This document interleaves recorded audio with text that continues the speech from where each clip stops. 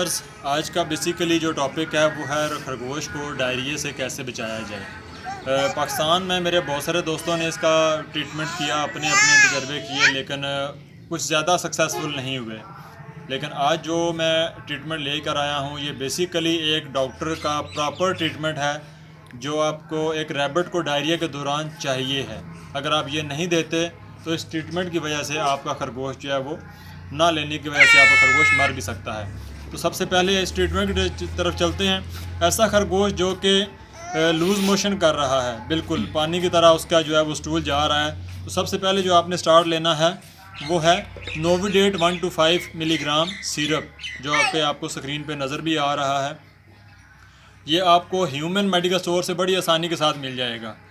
ये आपने मेडिसिन लेके आनी है एक। इसके बाद दूसरी जो मेडिसिन है वो है फ्लैजल सिरप, ये आपने लेकर आना है।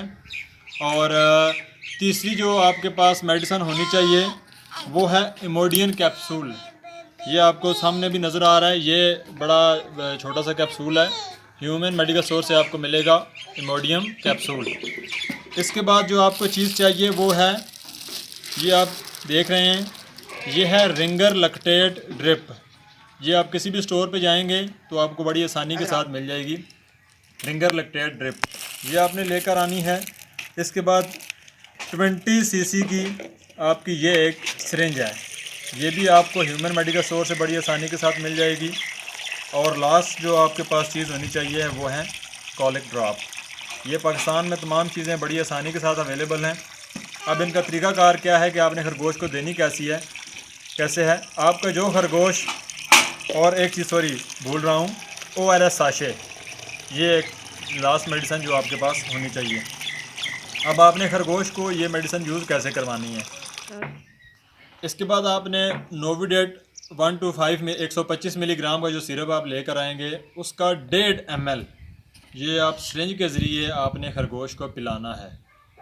1.5 ml ये ऐसे खरगोश जो आपके 5 महीने की एज से ऊपर हैं, एक ब्रीडर खरगोश की बात हो रही है या अडल्ट जो 5 महीने की उम्र से ज़्यादा है, उसको नोविडेट सिरप आपने 125 मिलीग्राम 1.5 ml आप पिलाएंगे। उसके बाद आपने उसको पिलाना है फ्लैजल सिरप, वो भी आपका 1.5 मिलीग्राम 1.5 ml आपने एक सिरिंज ले लेनी है। सिरिंज के ऊपर यहाँ पर ये निशान अवेलेबल है 1.5 ml का, ये आपने उसको पिला देना है। ये दो मेडिसिन पिलाने के बाद आपने इमोडियम कैप्सूल लेना है। इस कैप्सूल को निकाल के पानी के अंदर जो है वो आपने इसको मिक्स करना है और तकरीबन 3 ml आपने जो है वो इसको बना लेना है एक कैप्सूल को, वो भी सिरिंज के अंदर निशान अवेलेबल है। 3 ml आप जो है वो बनाएंगे इसको सिरिंज के अंदर। बनाने के बाद आपने इसको 1 ml जो है वो आपने खरगोश को पिला देना है। ये तीसरी मेडिसिन जो आपने उसी टाइम पे उसको पिलानी है 1 ml, बाकी 2 ml जो है वो आपने संभाल लेना है ताकि ये आपकी दोबारा से इस्तेमाल होगा। ये तीनों मेडिसिन पिलाने के बाद जो इम्पोर्टेंट चीज़ है, खरगोश के पीने के लिए आपने ORS साशे बनाना है। 1 लीटर पानी के अंदर 1 साशे आपका डलेगा। ये डालने के बाद ये आप खरगोश के सामने रख दें और उसको तकरीबन 3 सिरिंजें, ये 3 ml वाली, ये आपने भर के ज़बरदस्ती पिला देनी है। ये पिलाने के बाद आप उसको छोड़ दें तकरीबन 4 से 5 घंटे के लिए, वो उसका लूज़ मोशन काफ़ी हद तक बेहतर हो जाएगा। अगर आप समझते हैं कि 2 से 3 घंटे मज़ीद गुजर गए हैं और उसका लूज़ मोशन अभी तक स्टिल वो एज़ इट इज़ चल रहा है, तो उसके बाद आपने एक काम ये करना है कि ये जो आपको ड्रिप नज़र आ रही है रिंगर, आपने ये 20 ml की सिरिंज जो है वो भरनी है पूरी की पूरी। ये थोड़ा सा गौर से सुनिएगा, ये 20 ml की सिरिंज आपकी पूरा 20 ml आपने इसके अंदर ये पानी भरना है। पानी भरने के बाद आपने खरगोश को उठा के उसकी स्किन के अंदर, जिस तरह आप आइवरमेक्टिन का इंजेक्शन लगाते हैं, इस तरह आपने उसकी स्किन के अंदर ये 20 ml जो है पूरे का पूरा आपने उसकी स्किन के अंदर लगा। तो ये आपने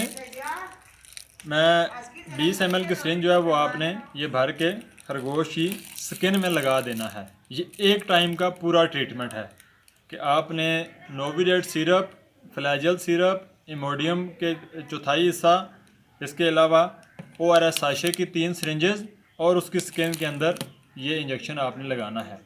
ये पूरे का पूरा आप एक टाइम पे लगा के उसको छोड़ दें और उसको खाने के लिए खुश्क घास और चोखर उसके सामने रख दें और जामुन के पत्ते।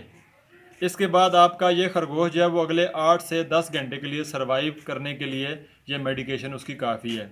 फिर आपने सेम यही डोज़ दोबारा सेकंड टाइम, अगर आपने मॉर्निंग में आपने इसको ये मेडिसिन दी है तो आप उसको दोबारा शाम के टाइम सेम यही आपने मेडिसिन उसको दोबारा से देनी है। फ्लैजल सिरप, नोविडेट सिरप, इसके अलावा आपने उसको पिलाना है ORS साशे, और साथ आप इसको ये जो इमोडियम कैप्सूल आपने बनाया था आपने सुबह के टाइम उसको पिलाया।